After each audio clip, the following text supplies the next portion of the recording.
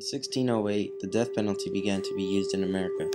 A person could be punishable by death for offenses as minor as stealing grapes, killing chickens, and even trading with the Indians.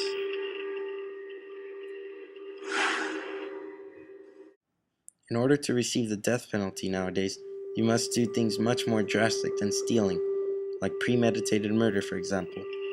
The death penalty may seem like a reliable punishment, but in the end, it hurts more than it helps, and it should not be allowed anywhere in the US. Why do we kill people who kill people to show killing people is wrong? That doesn't make very much sense. There are many reasons on why the death penalty should be outlawed, but here are the main ones. One of the main reasons for abolishing the death penalty is racism. Depending on the race of the person who was murdered is how the jury will determine whether or not the death penalty should be given. Since 1977, the overwhelming majority of death row defendants have been executed for killing white victims, although African Americans make up about half of all homicide victims. The next reason is because life in prison is cheaper than giving someone the death penalty.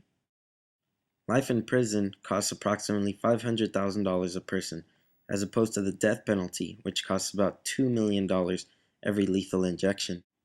And if you're locked behind bars for the rest of your life, that guarantees that you won't be able to commit any future crimes.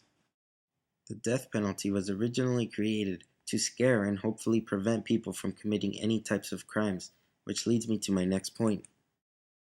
The death penalty is not a crime deterrent. In fact, homicide rates are higher in states and regions that have the death penalty than in those that don't have it. The death penalty is not reserved for the worst crimes, but for the defendants with the worst lawyers.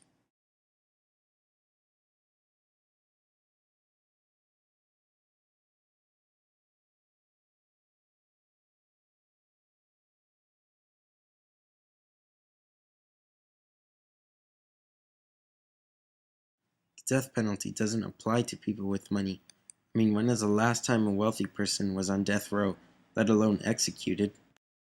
The American Bar Association published guidelines for a good defense in a death penalty case, but yet no state meets these standards.